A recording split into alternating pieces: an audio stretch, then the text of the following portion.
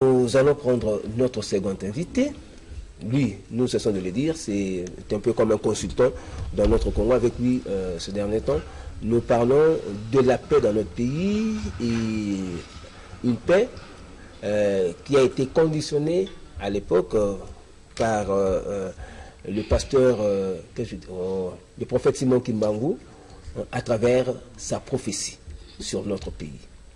Alors, avant que nous puissions prendre Papa Nkoussou, qui est déjà sur le plateau ici, j'aimerais que nous puissions prendre cet élément en rapport avec la prophétie du prophète Simon Kimbangu. Mais avant... Fumu Kimbangu. Oui, mais moi, je ne sais pas... Dans la zone français, pardon. Papa Nkoussou. Votre légaïté, prophète, Fumu Kimbangu. Quand la place à Simon Dewana. Oh. Alors, Papa Nkoussou, Mbote. Ah, Mbote mingi ndeko ya ngumba, elongo pena nenga lokoso, atako. Aza isunengwa te. Aza sunengwa te. Ola mega sunengwa te. Ka suko tali kaka boye. Ya ba mindele kaka. Madame Gisèle. Gisèle. Mesika zala nengwa. Bitumba wala, mwele bitumbo ya. Iza mulai, iza matata. Mais tokolonga. Tokolonga bon. Tokolonga. Poto zabayindo. Poto zabayindo. Tobunda kaka. Na le poto. Eza bien pour l'identité la biso. Na le poto bokenda kotanga, na lo barabo. Chasser le naturel. Il revient au galop.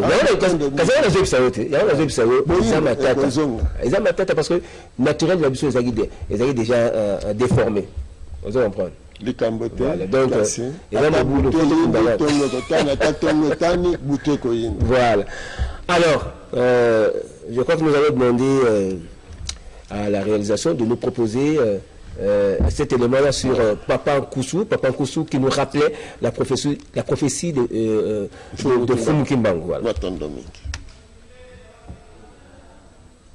Voilà, on nous dit que ce n'est pas encore prêt. Alors, Papa Nkoussou, mais quand vous rappelez que avant l'image, il y a un plateau, prophétie, il y a Simon Fumu Kimbangu, pour la Makambetali, paix, Namboka, la Bissou. Lobaki, Makambetali, Bakonzi, ne va se succéder Namboka et tout ça, et voilà. Mais quand vous rappelez Bissou un peu. Maton de Mingindeko Yangumba, et l'ongo pena bandeko balandi basona bisika biye bazwani. Pour la kolobela masakoli en Fumu Kimbangu, et sengeli toyeba ete peuple na peuple, bato na bato, bazali kotambusama na tata oyo akeli likolo na se, kolandela bileko bya tango na bango. Nde bongo kolandela bileko bya tango. Tango nyonso bana ya tata mokele, babungisaka botata mokele na bango, mpona elimwa te tata mokele akotindelaka bango batindami, o bakoyaka bapesaka manaka. Nde bongo na manaka na bango balukaka bazongisa bato na botata mokeli. Nde bongo Yezu tangu bana Israel bakangami na boumbo ayaka po alamusela bango azongisela bango ya bango nzela lokola pe Mahome kune pa barabe lokola pe Buddha kune pa basiatique lolenge wana pe epai na biso Fumu Kimbangu. Sika oyo pasi tozali nango biso bayindo ezali ya kozanga koyeba manaka na biso lolenge kani ezotambola. Nzoka mondele oyo ayeki kokonza biso ayekolaki biso. Lokola moto ake kozwa nyama na zamba po ya kobokola ye na ndako akoyekola ye. Lokola pe bongo oyo bakonzaka bato bayekolaka pe bato. Barome bayekolaki baisraelite balandelaki masakoli na bango. Nde bongo bakosala lolenge nyonso oyo esalaki ke baisraelite bazanga koyeba Emmanuel ya bango mobikisi na bango bakweya na mbeba bakende kopona babikisa moyibi baboma mobikisi na bango. Pona nini barome basangani bagrand sacrificateur nde babomaki Israël oyo esala ete Jérusalem oyo ezali mboka epesamelaka kimia ekoma mboka ya mobulu kobanda ntango wana kino lelo na kozanga kotosa. Lelo biso bayindo tozali mpe na manaka na biso. Na manaka na biso lokola tozwaka ya biso mobikisi oyo awutaki tout droit epai ya tata mokeli pona koya kolakisa biso nini biso bayindo tosengeli koyeba sima ya kofuta niongo ya mibu kama mine na tuku misato 430 ans oyo biso tokonzaka libota ya Israel tangu niongo esili mfumuki mbangu aye mfumuki mbangu kolandela lolenga kutelaki terrain lokola ndenga kutelaki population na ignorance ya makasi mundele abandi kotia mobulu kotumba bamboka koboma bato mfumuki mbangu alobi lokola eza boye na mikaba nde bongo yambo ya kokende na mokolo ya zomi sanza ya libwa mobu koto kokama libwa na tuku mibale na moko to pe bongo le 10 septembre 1921 na mboka sanda mfumuki mbangu apesaki manaka alobi nazokende bakokanga ngai bakonyokola ngai makasi po bakoluka bazipa solo oyo na ye na yango kasi bakonyokola mosuni bakokoka kokanga solo oyo te nde bongo boyeba mayema koya sima ya konyokola ngai na katikati wana bamboka ekozwa bonsomi kasi na bonsomi bayeba kokota na bokonzi na ebandeli banso bakosalela bobele mundele yango wana lokola bango bakosalela mundele ebele ya bilenge bakokima Afrique bakokende na mikili ya poto basusu bakozonga te bakokufela kuna bosala makasi botangisa bana na bino bankota na bino pamba te kolandele pai tozali kokende na etumba oyo toyelaki mundele kokoma moyindo moyindo kokoma mundele elingi koloba ete lelo mundele aza mokonzi azokonza moyindo kasi lobi ye mundele akokonzama moyindo akokonza mundele lolenge wana sima nango nakotinda motangisi oyo akoya pona tangisa batu boyebi ya mokili nde bongo sima nango mokonzi ya nguya akoya pona kovandisa bokonzi bwa tata mokili tokozala biso pe na buku na biso oyo ekomami makambo na biso livre sacré lokola ndenge bible pe ezali nde bongo sima masakoli wana po eza molai nde bongo mfumuki mbangu akende komitika bakangi banyokoli ye na boloko mundele alingei koboma ye na balolenge nyonso kasi lokola atangemaki te ye bakoki koboma ye te babomaki ye te ntango siko aza na boloko na mobu koto ekokama libwa na tuku mine na 1944 tataki ya Ntumbwa ake kotala bango kuna na boloko mfumuki mbangu azalaki kosala epai ya mundele moko nde bongo sikoyo na ntango ngo bakendeki congé nde bakenda mundele nene Elizabethville nde sika alukaki akutana na mfumuki mbangu Elizabethville lelo Lubumbashi sima akokutana na mfumuki mbangu nde mfumuki mbangu epai ya tataki ya Ntumbwa apesi ye manaka sikoyo ya Congo mfumuki mbangu apesi mundele wala apesi tata ya Ntumbwa ya moyindo te mundele ya Ntumbwa azalaka te tata nde lolenge wana ayebisi bango boye kala te mikolo moke nazozonga mpo boloko na ngai ezosila kasi esika bokokota na bokonzi boyeba boye mokonzi wa yambo akowumela te bakosala mabe mokonzi wa mibale akowumela ntango molai nsima nango bokobenga na ye mokonzi ya misato akowumela te mboka ekokabwa na biteni ya mine oyo akoya akozala elenge akosangisa mboka na ntango na ye akozwa misolo ya ebele akotonga na yango mboka na ntango na ye moto na moto akoyeba epai ya uta na ntango na ye mowumbu akozala te misolo ebele akozwa oyo banyongo na biso to oyo reklamaka na ntango na ye mokonzi ya mine sikoyo eloko nini esalemaka amoni ntango nyonso bakonzaka bato bayekolaka bango na baprofesi na bango mpo boyeba epai bazokende yango bomoni ndakisa mpo na Yesu ntango bamage bazoya Herode ntango asololi na bamage otanga pe Bible ba pankoso nalobi nengo po ba histoire mo malamu plastique ane bisaute toye kosasa mokili po tolimbolela mokili ndenge ezali bato batangaka Bible bazotanga ngo selo mundele kasi bazotanga Bible te kolandela mayema lekaki malamu nde bongo toyi tosembola esika oyo omoni ntango bamage bakei ye alobi soki bomoni eboya koyebisa ngai abengi siko basali bagrand sacrificateur alobi na bango nini botanga na prophétie elobi nini ntango bayokaki ke prophétie elobi ke na Bethlehem nde mwana wana kobotama bazeli siko bamage baya ntango bamage bazongaki te Herode apesi mibeko mitindo baboma bana de 0 à 2 ans nzambe na bango akimisi Yesu na Egypte pona nini Egypte pamba te ba Romain bazalaki ko contrôler Egypte te bazalaki ko konza Egypte te bango babomi bana de 0 à 2 ans bayeba ke Yesu akufi na kati nzoka Yesu akufaki te tango Yesu ayiko kokisa tango Herode akufi wana Yesu bazongi na mama na ye bakoli après na 12 ans ye pas vu ba problème na ndako na bango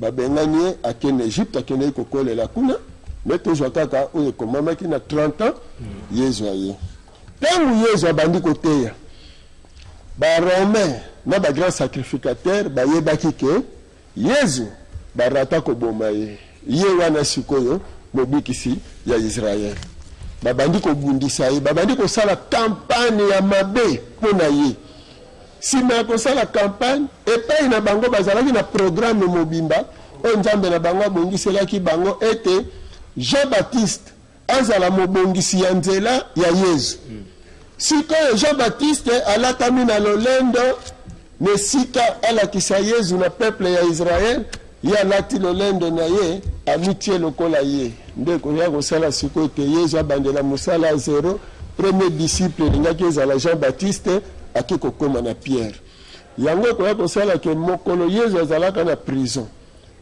pardon Jean-Baptiste ntango azalaki na prison aye kososola ete erreur oyo asalaki ya kotrahir erreur oyo asalaki ya kozanga kopresente Yesu epai ya bato nde ekumbeli ye punition baye batangaka Bible Matthieu chapitre 11 verset 2 atindi bayekoli na ye bokende kotuna Yesu soki ye nde mobikisi bie tozela mosusu Yesu alobi bokende koyebisa bakoka bazomona bazotelema baveugle bazomona bababa bazo sango malamu esakolami na babola esengo na moto abetisi nga libaku te nde aye kobakisa na bayebanso babotami na basi moko te aleki Jean-Baptiste na monene kasi le plus petit oyo ya suka aleki ye esika wapi ekumbeli ye mbeba etumbu oyo bakatela Jean-Baptiste motu sikoyo bolingisi tolingi tokota esika ya motuya lokola sikoyo Yesu ntango bango bamoni sikoyo ete basi balalisi population nyonso ya Israël pongi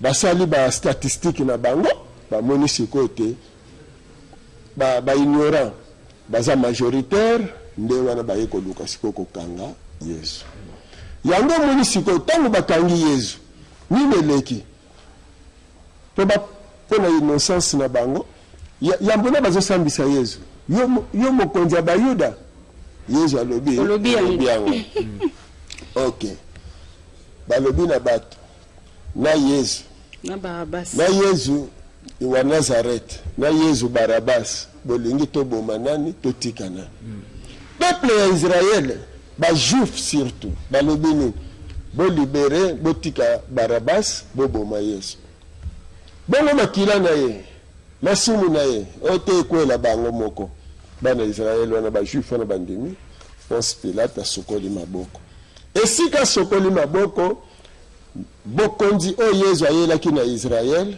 elongo Israël ekeram yango kosalaki na bambule koya nesika christianisme edondola na Israël eke kodondola na Rome et les 10 tribus oya Samarie ya nord ezalaki non concerné na charge ya liwa ya Yesu bangona ba immigré na Europe alors tribu ya Juda na tribu ya Benjamin bao bandimaka charge wana batikala wana na Jérusalem ekomi transformé na ville ya trouble alors que ezalaki ville ya kimia alors baye kosala 325 après mort de Jésus, constaté les grands empereurs romains, nous avons écouté le christianisme en Europe. Si Rome a quitté à Jérusalem, il y a vendu nango pas que konza nango mokili. Si bango petang bazotanga ba prophétie na bango na Bible, ba yebi place ba komi, lelo mindele ba yebi ke bazana période d'apocalypse. Bango. Fin du monde na bango, Armageddon na bango, bakokufa na moto. Na biso to na manaka na bango wana te, biso pe to na manaka na biso. Yango nalingaki na tuna boye, puisque au relater histoire ya Yesu, au relater histoire ya prophète Simon Kimbangu. Alors en quoi est-ce que histoire ya wana mi balé ko inspirer mboka na biso? Pour développer na biso ni to ko tira. Te, vous avez une inspiration, vraiment na tuna makamo utko le ba o ya christianisme ti o côté o limoli tout ça. Parce que était mboka na biso na nini matondo mingi moto akwei na nzeta mbila na tongo apesi yo mayele soki baromain bakendeki koinduire baisraélite na erreur baromain yango kaka sangisa bango na bamindele lelo baza koluka koinduire bakongole na erreur nde sika wapi siko biso totelemi mpona koloba ete bosala ngele ndenge bazoyinisa bino 4e président na balolenge nyonso ndenge pe bayinisaki Israël Yesu. Alors tango bango baye ko réussir siko na tango na bango na baye ko kanga Yesu babomi ye après nde baye ko lakisa na Israël que voilà mobiki sinabino ezalaki ye wana trop tard soko tangi Luc 24, 19 tina na 22 baye koli ya Yesu kutu bazo regretter que bango baye ke yenda ko bikisa Israël. Donc on va que mukondamina na mboka na biso mission na esilité. Nanu esilité. Mais biso to linga kende. Biso sikoyo non biso ba congolais tozo kweya na erreur ya bamindele. Parce que bamindele nde bazo linga baratse bino. Mukondamina kende. Mukondamine. Essayer de s'accomplir na mokondiamine. Mokondiamine. Akozwa mbongo na période yango nazo limbola mutu moi na lekaka na télévision ko limbolela batu na lobi bokeba bozala mayele parce que bolanda malamu période ya 4e président bobo sosola ka même si bino kete eza yete mais c'est bozu prophétie et ko pesa bino bilembo akolakisa ke eza ye na pesa kaka ndakisa ya mbongo akozwa mbongo wapi na 2007 biso to benga ba mindele te. Mais mindele balobi réconciliation Europe-Afrique. Balobi bien Europe-Afrique réconciliation. Baye na centenaire. Pasteur Ngala si ceux qui a zolanda biso pe na télévision, baye di po bango batu bazalaki na organisation makambwana. Mindele baye na lobi que ça soit droit de réponse et ça histoire toujours. Et les cas qui na centenaire. Toujours le cambo que bika tata ce qui doit de réponse toko solo lande maton mindele baye awa na centenaire bafukami baza ba catholique romain baza ba protestant ba allemand ba écossais ba belge ba anglais baye balobi baye kosenga pardon ya mabe basala bakosa biso au nom de la soi-disant chrétienté. Wane zo bima na monoko na bango to kata bino maboko to kabola bino biteni to piya ba richesse na bino to sala bino mabe ya balolenge nyonso mesika mindele o bayi ko senga pardon balela bayindo mutu bazolela mais biso to sala ki makasi to koma wana poto yebisa bango ke te processus na procédure eza yango te popamba te bino boye réconciliation baye bayaki ko bebisa biso awa ezali ordre utaki na ba dirigeant européen o basangana ki na conférence ya Berlin ce qui réconciliation ekozala pe ba dirigeant européen nde bakoya nzoto noko baye ko sengela pardon basali mascarade basali maele mabe elekela na église parce que baye baki bien que kuna si balalisa kipongi alors bande ko na bazeninga bandima kolimbisa bango alors qu'en réalité peuple africain mutakotala andima to andima te njaka tokoko ndima bongo te bamba te na lolenge babebiseli biso mabele na biso ekoma ya bango bomengo na biso ekoma ya bango tokoma koboma na biso na balokuta o bango bayelaki biso na mabe bayelaki biso et kosenga dédommagement il faut ba dédommager biso alors rezomona na polele que na période ya 4e président de réparation donc to bana lopoto réparation ya préjudice causé linkolo bake obongisa mabe salaki il faut futa mbongo bon siko bo mekana ko kanisa ce qui mutu na mutu omoni crime contre l'humanité ezani ndekolo kosa obotami tata mokela tiena prédestiné na yo mutu a dévié prédestiné na yo on se retrouvait autre que oyokela melaki eza crime.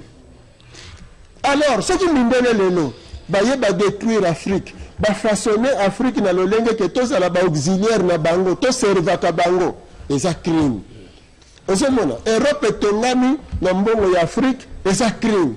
Si quand il faut pas dédommager biso na période de 4e président. Yonga linga kina tuna boy papa koso. C'est vrai que esengeli mindele bazong c'est la biso mbongo na biso bafuta nyongo na biso. Mais on les kara souvent la télévision nde yangoka ozolobela. Est-ce que ça ba démarche mboka na biso si entreprendre. Ils ont ba rencontre ici salami oh mindele ba ndimi déjà que esengeli bafuta. Procédure mino ici salami jusque là. Potoro ba ndolo bango mais tant que document moko ezate bafuta pété te yoka ba document ezali elingi koloba nini biso kaka na période toyebisaki bino ake tokomeli Vatican tokomeli badirigeant européen tobrandir document par exemple mpo na Congo tozali na document ya acte ya accession ya Congo na indépendance mboka moto komi ou bien papa nkusu moto akomi na équipe na ye tango oyo wana biso nanu tokomelaki baoksida bazomena biso parce que mboka na biso nanu tovandeli makambo yango te parce que tango mindele bayaki nde ezalaki profitable mpona tovanda mais embrouillement na kati ya terrain ezalaki ke na ngambo oyo baza koderange bapoliticien bazongisa boye bareligieux basala boye tala kovanda eza te parce que bato balingaka yoka mfumo kusu te donc vous avez kaka lokola zoleka kaka bongo bongo nzoka zoyela bino makambo ya motuya ya makasi ya bomoi na bino ya lelo ti lobi epai tozokende alors mukeya tozama élément topema est-ce que tu topema nini na accès siko document ya indépendance to bandaka biso na Belgique Congo na Belgique a violé acte wana ya accession ya mboka oye mboka tiaki mokonoto mais c'est grave 58 ans après pardon et bongi ba dirige na lelo tozoloba il faut to kota na bango na document wana na contentieux wana ne sika to s'embrouiller kaka na babiloko bazoya et puis plus grave na zo regretter mingi bande kona biso ya opposition na ngonga oyo occasion mususu la muki oyo koki to récupérer makambo ya oyo ko sengela pardon na oyo ya réhabilitation pour mukimbangu na oyo ya nini ya nkamba to ngato profiter na ngona makambo ya sénateur Bemba. Parce que tant que bango balobi ke ba quitter mais beaucoup ko kanga mutu te pendant 10 ans les autres traités dossier na ye te il fallait ba libérer pendant 10 ans mais le temps ba quitter et linko le ba kaza innocent donc comme c'est quoi arrestation arbitraire besoin mona siko ce qui est bongo sénateur Bemba lingaki ko ya na Congo gouvernement congolais na famille biologique na parti politique na ye biso nyonso tokoti na processus wana il faut tofunda juge wana faut tofunda ye siko ntango ya kofunda ye ekobota ekobimisa badossier ya ebele ye ya contentieux ekosala ke Congo azwi makasi parce que moto aniongo jamais azalaka makasi epai ya moto adefisaki ye mbo mais siko basali nini bazo préféré sénateur Bemba azala lisusu na maboko ba mindele ba utiliser ye alors qu'aza siko na bokasi parce que ba komi na niongo na ye. Merci Papa Nkusu, merci. Alors voilà un point de vue là voilà c'est bon alors tous je crois que tous les éléments là c'était en quelle année on rappelait Bissau en l'an 2000 voilà tout l'année.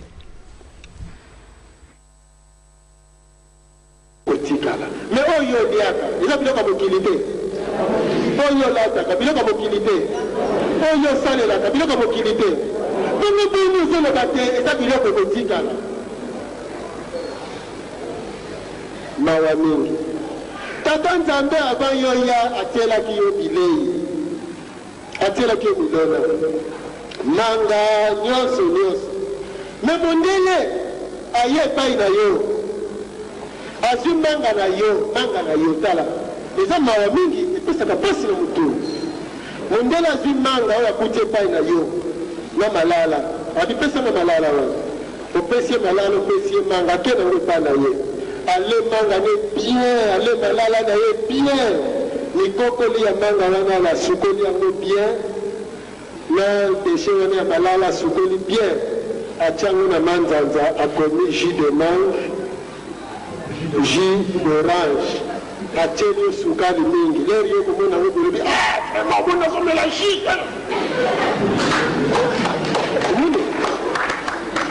mais soki ozalaki mayele loko pesa ye manga wana te mais ye ayebika soki asali yo dese na linzanza apesi yo kaka ntango komona dese wana mwana maria atindeli nga vraiment jus ya kitoko. Voilà, là donc nous avons retrouvé Papa Nkusu en l'an 2000. Durant cette année-là, il nous a rappelé la prophétie de Fumu Kimbangu en rapport avec l'avenir de notre pays. Alors, Papa Nkusu, bon, alors, pour nous, il faut tout sangana, bisonyoso, pour tout le monde, tout la souveraineté na biso réellement. Il y a solo penda. Parce que la bina na botala na période l'an 2000. Musée Kabila na. Alors, mais c'est comme n'habite, c'est comme toujours na makamu ya. Toujours na simana makamu ya prophétie wana parce que makamu tali 4 président mboka na biso ou lelo azali obligé ya ko se retirer parce que constitution au biso moko to sala na kata mboka et c'est vrai que à se représenter surtout pour un 3e mandat. Sur le bis selon la prophétie, il y a Simon qui Kimbangu, mission na esili namte. Bosoye tokosuka wapi Papa Nkusu. Tokosuka wapi. Ya ngwana moni soki boye na ba mbela na biso ya 2012. 2006 même temps basali constitution wana. To lobi constitution ezali non conforme na ba réalité na biso. Parce que biso mboka na biso zotambola na mandat spirituel et non na mandat administratif ou bien politique ndenge bosaleli yango na ko copier nini constitution ba français boya ko chango epai na biso bango baza na ba réalité na bango ya makelemba na bango ndenge bayibaka na Afrique biso to na notion makelemba te biso to na notion ndenge ni toko bikisela mboka na biso yango lelo ye ko poser problème parce que surtout même les kamba mandat ceux qui bo chango 5 ans à la président de la République azali na 3 mandats. Parce que Michel Legi 5 ans liboso, boye na deuxième 5 ans, le loso bolobi ka sali 17 ans, donc à commune 3 mandats. À kota qui avant constitution, donc avant mandat na bino 5 ans renouvelable, yango assez à l'équiper ba 5 ans wana. Si quand il fallait boloba que pendant ni les boti ba effet oyo, le ko les boti ba effet oyo, ezali suite il y a prophétie. Non, mais on a un mandat à partir de la Constitution, il y a 2006. Donc, si quand il y a une transition, mboka ezokweya, mboka ezokweya na mutambu ya mundele. Si quand il y a avant tokende na élection, yango na zosenga na bi tovanda. Tovanda, tola musa dossier ya tina epai ya bamindele parce que ce qui 4e président raté risque d'abord 2060 ndeto koki ko jasiko mupepe ya kobunda lisusu na bamindele après 2060 ceux qui peuvent rater en 59 60 il faut bosser encore au moins 300 et quelques années mais avec 300 des années wana bozana 600 ans ya colonisation orientale pezo la bino lisusu donc tozana ba problème sérieux na mboka o yango zo senga ba spirituel, ba politicien, il y a tendance nyonso, société civile, mitu nyonso, to vanda esika moko, totala, nini tokosala lelo po lobby, Congo oyo Afrique ezezela, Congo asala mosala na ye, Afrique elamuka, pamba te lobby ekozala tango ya Afrique, Occident azozinda, Asie azomata. Pona tokoma wana, batu ba se précipiter na l'élection parce que l'élection bozo belela mbang mindele d'abord kutu na plan na bango basali balingi pena l'élection te parce que pona bango chemin na bango ezali bazo luka kaka nini balongo la président na lombango pour batia notre compte na transition comme mabiso ti wapi to soutenir nanu président oya si akomaki na point ya kotele makotala na boyena ba mindele akumba biso na bonsomi ntango mabele na biso ekomi na bonsomi soki tokosala baélection tokopona mokonzi oyo biso tokolinga sikoyo na ntango merci papa Nkusu e na baélection na mokonzi ne fa kuta kiti oyo eza libre merci et non d'esclave oyo mondele azomonela. Merci papa Nkusu. Alors Topé Mamouketo, on va prendre un petit élément puis on va revenir sur vous papa Nkusu. Alors, nous allons inviter nos téléspectateurs à suivre la mutuelle de santé de Ngiringiri, Moussangiri, qui a organisé une excursion à Simone Plaza dans le cadre de vacances avec les enfants de membres de la dite mutuelle, et ils ont lancé un appel aux autres de venir s'adhérer. C'est un reportage signé Enambole et Cédric Ifeka. À tout de suite. Voilà, nous revenons sur le plateau. Nous allons donc poursuivre un tout petit peu avec Papa Nkusu. Papa Nkusu, le processus est comme irréversible. Parce que mon Konamboka a assez respecté la Constitution, à se retirer. Tout ça, le processus est irréversible. Comment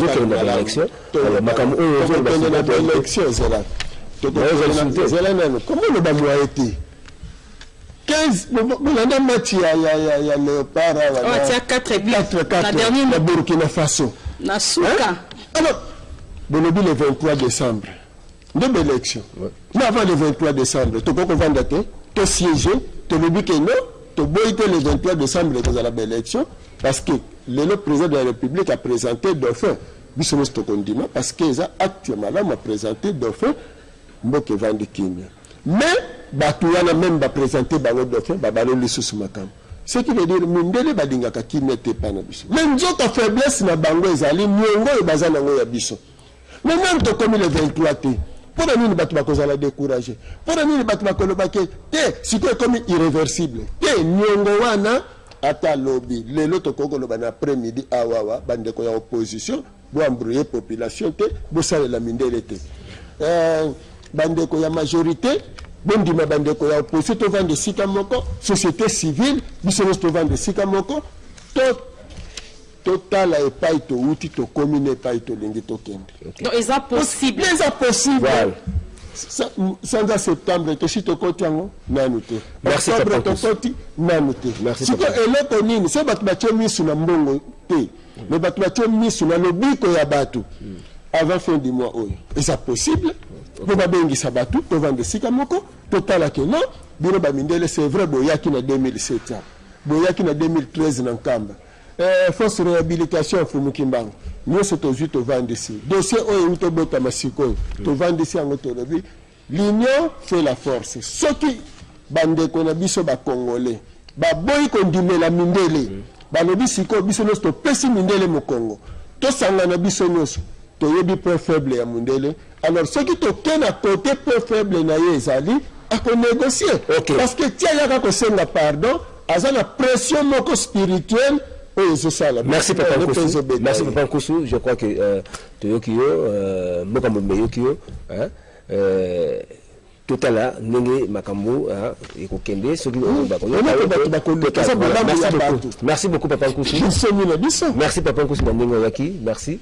Vous êtes toujours bienvenue sur ce plateau, surtout Nenge Toyaka, Tolubaka, Pona, Toluka Kinya Lamboka, Toluka Mboke Kende Diboso.